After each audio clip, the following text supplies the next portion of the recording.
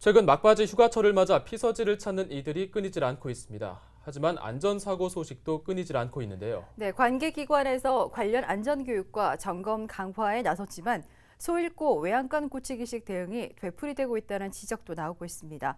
보도에 차지훈 기자입니다. 세월호 참사 이후 안전에 대한 관심이 그 어느 때보다 높은 요즘. 하지만 이맘때쯤이면 들려오는 안타까운 안전사고 소식. 물놀이 사고 소식은 어김없이 잇따라 들려왔습니다. 지난 8일 사천의 한 어린이집 원장이 산청의 한 지리산 계곡에 3살 원생 아이를 데리고 물놀이를 하던 중 아이가 급류에 휩쓸려 숨지는 사고가 발생했습니다. 특히 부모의 동의를 구하지 않았고 관련 안전보험도 들어있지 않는 것으로 알려지면서 지역 어린이집, 보육계가 충격에 빠졌습니다. 네, 그런 내용들을 보면 접하면 저희들은 더 생각을 많이 하죠. 더 잘해야 되겠다. 그리고 교사들이나 우리 원장님들, 특히 이제 관리를 하는 원장님들이 더 신경을 많이 써야 되겠죠.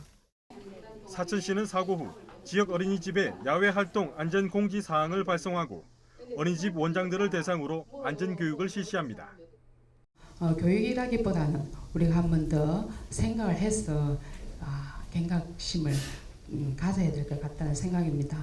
우리 안전은 생명하고 직결되어 있다 아닙니까? 그래서 첫째도 안전, 둘째도 안전, 또 안전해야 됩니다. 그래서 안전이 최고라는 거 늘 기억해 주시고. 계곡뿐만 아니라 바다에서도 안전사고는 발생했습니다. 남일대 해수욕장의 명물 레저 스포츠 시설인 에코라인을 타던 20대가 제동장치 고장으로 부상을 입는 사고가 발생했습니다. 이에 시는 재난취약시설 긴급점검과 함께 이번 달 말까지 계곡 등을 중심으로 물놀이 안전사고 예방 활동을 강화하기로 했습니다. 하지만 사고 후 보여주기식 교육과 점검 강화 등에 대한 비난의 목소리도 나옵니다. 보다 실질적인 교육과 함께 장기적인 대책 수립이 필요하다는 지적입니다. 현장 활동의 위주의 안전 교육이 무엇보다 중요한 시점입니다. 앉아서 교육하다 보면은 현장에 오게 되면 잊어버립니다. 그러다 보니까 1대1 안전 교육을 위한 인력 보충이 시급하다고 생각합니다. 뿐만 아니라 관련 행정기관의 업무 체계도 문제입니다. 에코라인의 경우 해당 놀이시설은 문화관광과가 맡고 주변 해수욕장 안전관리는 해양수산과, 종합관리는 안전행정과, 그리고 재난관리과까지 관련 부서들의 안전에 대한 심각성과 책임감이 떨어질 수밖에 없는 구조라는 지적입니다.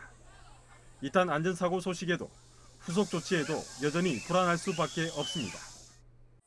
안전에는 다음이 없습니다. 사고는 예방이 최선이며 사후 약방문은 치러야 할 대가가 그만큼 크다는 것을 명심해야 할 때입니다.